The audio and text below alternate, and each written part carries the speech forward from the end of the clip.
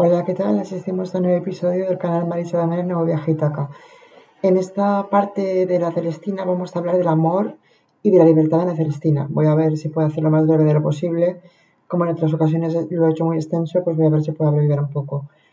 Bueno, el amor en la Celestina cobra un valor importante de loco amor, sobre todo y fundamentalmente en las clases altas, representadas por Calisto y por Melibea. Aunque están al mismo nivel en sentido erótico, porque toda la Celestina recorre el tránsito de representar el sexo por antonomasia, es decir, no hay un deseo sexual reprimido, es todo lo contrario, es reprimido. Solo que las clases altas, en lugar del amor cortés o el matrimonio, lo transforman en loco amor. Esto tiene unas características y una caracterología determinada. Luego, las clases bajas, por ejemplo, el mundo de Lampa, donde se desenvuelve Calisto y Melibea, bueno, Melibea en menor medida, pero Calisto también sí que se desenvuelve, porque si se une a Sempronio, a Pármeno y a Celestina, y a Reusa y a Alicia, pues tiene una repercusión también. Y es que, a diferencia de las clases altas, en este caso representadas por Calisto y Melibea, Areusa y Alicia son prostitutas que son, pues bueno, se puede decir que hijastras de Celestina o son primas entre ellas, hablan así en términos amorosos, en términos afectivos, y cobran papel relevante el hecho de que ellas gozan de libertad sexual, cosa que en Melibea no. Y Calisto tiene que hacerlo a escondidas, tiene que su loco amor representarlo a escondidas, de manera solapada. ¿Por qué? Porque transgrede su propia clase social. Entonces él podría haber perfectamente formalizado una relación social en matrimonio o oficialista, teniendo el apoyo de los padres de Melibea, pero no lo ha querido hacer así, porque no está enamorado de Melibea. No quiere a Melibea realmente, solo tiene un amor enfermizo. Y vamos a hablar de él ahora mismo. ¿Qué pasa con Erusa y Alicia, que están emparejadas con, digamos, entre comillas, porque tienen otras parejas también, son prostitutas, con Pármeno y con Sempronio? Areusa con Pármeno y Alicia con Sempronio, creo. Pues que satisfacen su amor y no les importa comerciar con él, conseguir sus propósitos. La libertad es una libertad genitiva porque ellos siempre intentan, según sus propias acciones lógicas, ser consecuentes con sus propias acciones lógicas. Entonces, no tienen una moral, digamos, que falta a sus propios propósitos. Ellas quieren conseguir algo, activamente quieren conseguir algo, con una serie de respuestas de obtención de ganancias. En este caso, para vivir económicamente bien. Aunque en la pobreza, o sea, la pobreza repercutirá en la vejez, a no ser que sean como la Celestina, que se dediquen a ello hasta su muerte. Cosa que Celestina consigue porque llega vieja, aunque es perseguida o mirada con ojos de lupa por la Inquisición y por el Vaticano, o por la Iglesia, el clero, digamos, ¿no? Celestina no se podría mover mucho más allá de su territorio acotado. Por eso se mueve pues entre su propio grupo social al que pertenece como identitaria y en un contexto geográfico acotado también. No podría irse muy lejos porque no podría sobrevivir y ella lo sabe. Por eso recurre al dinero y al sexo para convencer a las víctimas propiciatorias, ¿no? ¿En qué consiste el loco amor? La enfermedad del amor expresada en forma de erotismo, porque la Celestina, no llegados ya al barroco, porque en el barroco los cortesanos tenían otro comportamiento, sí que estaba acorde, digamos, la clase social cortesana o noble, con una serie de pautas de comportamiento más reprimidas o más correctas o más recias o rectas de cara a los usos sociales y a los hábitos y a las ideas. Pero como estamos todavía en Renacimiento, todavía en características del medievo, pues de aquí en la tragicomedia de Calisto y Melibea, el protagonista masculino, que es coprotagonista junto con Melibea, que son los principales, y Celestina, manifiesta obsesivamente su deseo sexual, que es lascivo y desmedido. Luego veremos un fragmento que lo corrobora, porque eso se puede ver en la obra perfectamente cuando lo lees. Y es una conducta insidiosa, ansiosa, libidinosa, lasciva, digamos, ¿no? No exenta de un exceso de violencia. Por ejemplo, holguemos y burlemos de otros 1000 modos que yo te mostraré. No me destroces y maltrates como sueles. ¿Qué provecho trae dañar mis vestiduras? Dice Melibea. Y él contesta, y no menos significativa la respuesta de Calisto. Señora, el que quiere comer el ave quita primero las plumas. Entonces, aparte de que es muy grotesco su comportamiento, porque toca el laúd, porque tiene síntomas, el loco amor tiene síntomas, tiene un cuadro sintomatológico, que el propio Rojas se ha conocido del mismo porque en tratados médicos se sabía, ¿no? Y los escritores literariamente también lo entendían así, en otras obras se reproducen el loco amor. Por ejemplo, en el libro de Buen Amor también se nos advierte sobre él un siglo antes. Precisamente tiene su sentido moral la obra del buen amor para preservar del loco amor, al igual que intenta hacerlo, aunque sea con fines, digamos, más partidistas para que no le persigan o para no tener problemas con la Inquisición o con la Iglesia, el propio Fernando de Rojas, cuando preserva a los jóvenes del loco amor y de las pasiones. El impulso sexual irreprimido se manifiesta en la idealización extrema del objeto codiciado y endiosa a Melibea. Se designó este tipo de amor desde la antigüedad, llamado amor ereos. Es un latinajo, ¿no?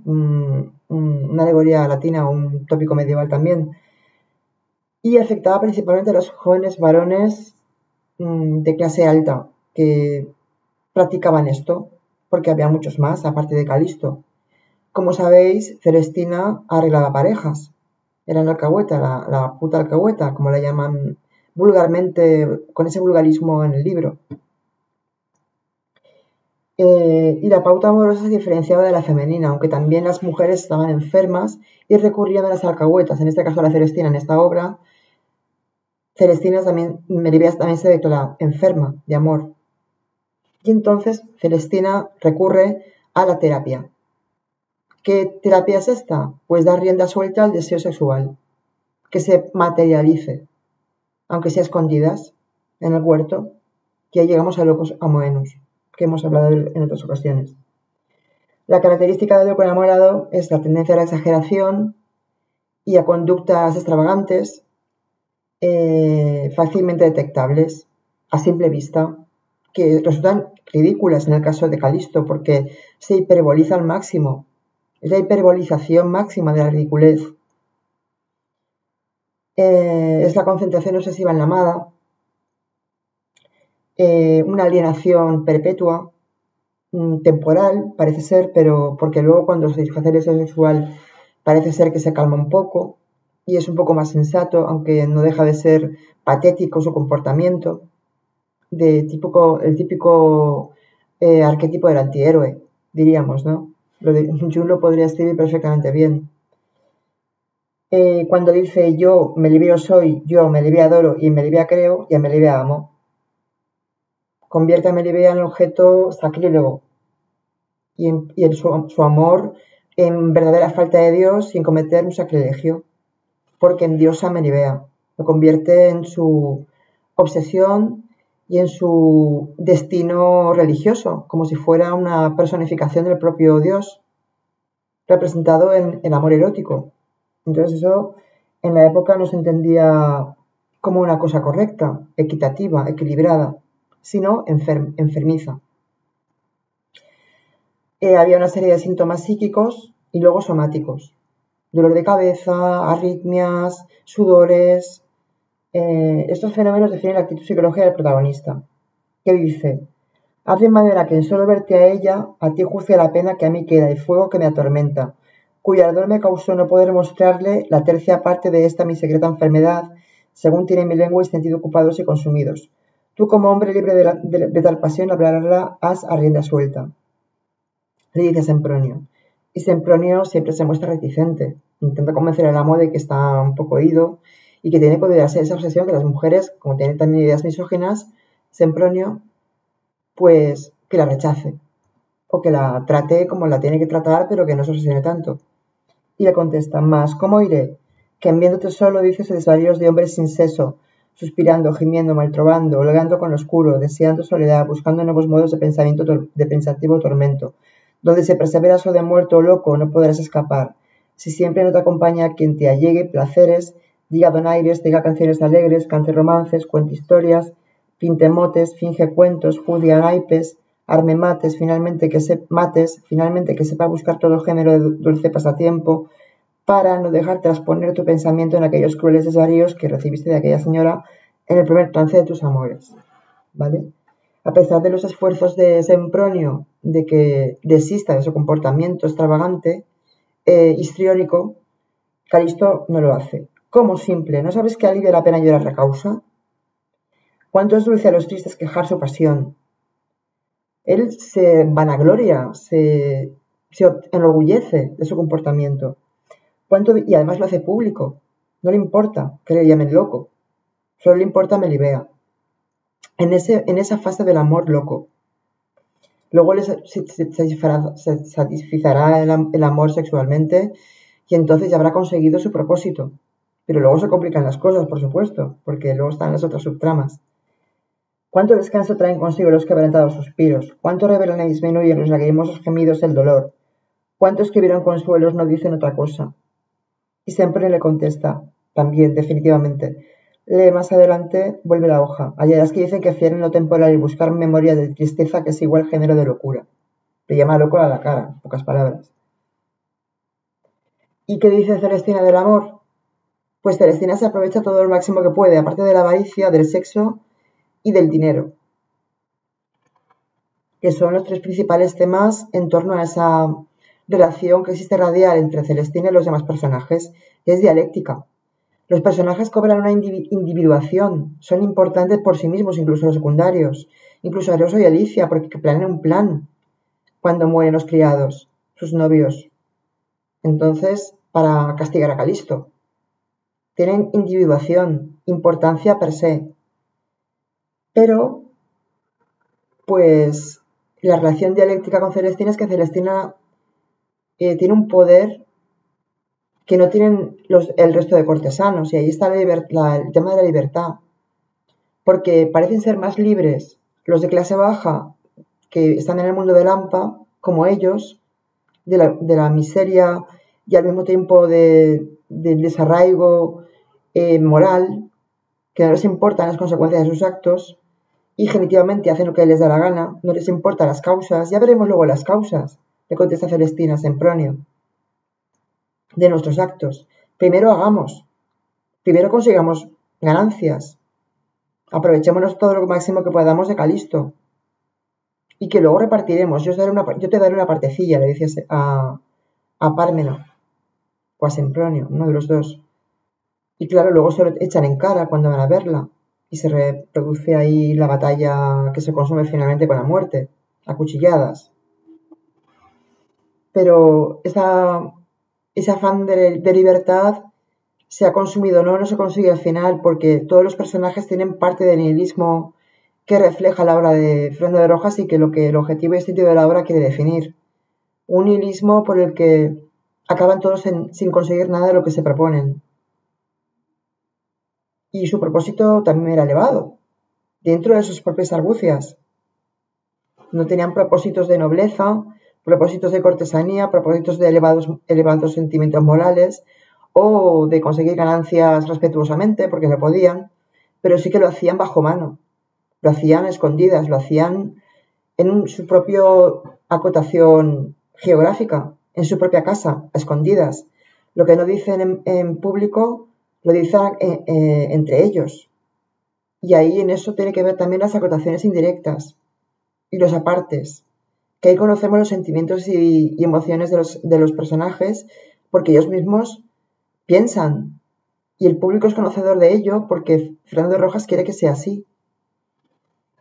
Aunque es unos diálogos tan largos, y unos lugares tan variopintos, para desplazarse de un lugar a otro, siempre debe haber similitud del tiempo y de la acción. Entonces, Celestina dice del amor que es un fuego escondido, una agradable llaga, un sabroso veneno, una dulce amargura, una detectable dolencia, un alegre tormento, una dulce y fiera herida, una blanda muerte. Es un amor paradójico, un amor disfórico, que los amantes, y no les importa, las consecuencias tampoco, no les importa sentir dolor, no es que no les importe, es que sienten dolor y sienten placer al mismo tiempo, en función de las circunstancias, en función del momento. Siguiendo una tradición que dura pues hasta llegado el barroco, que ahí termina ya un poco con el sentido ético y el sentido moral que hay que diferenciar. El sentido ético sería lo que una persona propiamente hace por sí misma, y luego pues se deben también, dentro de la libertad de la Celestina y de la medievalidad y el Renacimiento, que es el contexto histórico dado en el libro, se deben a tres cuestiones fundamentales. El Estado, que son los que prodigan la moral. El Estado, el ejército y el señor feudal. Y la familia. O, digamos, los concejos o los grupos reducidos donde hay un sacerdote o hay una persona con un alto cargo, que tiene un cargo. Entonces, como es también una acotación, la moral está acotada, el sentido ético es diferente. Y entonces los personajes de la Celestina secundarios abogan por el sentido ético y por la individuación, desde el criterio genitivo de acción y de pensamiento. Es decir, ellos hacen lo que quieren. El dativo, según algún autor ha referido por ahí, que me parece muy bien lo que dice, y yo lo he asumido como algo propio porque estoy de acuerdo. El dativo sería lo que se quiere conseguir y la libertad ablativa sería pues lo que se consigue o no se consigue. En este caso los personajes no mueren por un castigo, no mueren pensando en Dios, no mueren pensando en la remisión de sus pecados, no mueren pensando en la vida eterna y la salvación. Mueren no con un criterio religioso, no mueren con un objetivo religioso, no mueren predestinados como el protestantismo, tampoco mueren esperando la vida eterna y la salvación perpetua hasta el final de los días en que Dios pues sea el que se encargue del juicio final, como dice la Biblia, desde el punto de vista cristiano, judeocristiano y católico, sobre todo y fundamentalmente. Y tampoco mueren supeditados a creencias hebreas. Es decir, la religión, fuera de todo teocracia, de todo teísmo, se convierte en individualismo incipiente, porque luego ya vendría el humanismo, con la contrarreforma, el Concilio de Trento, etcétera, ¿no?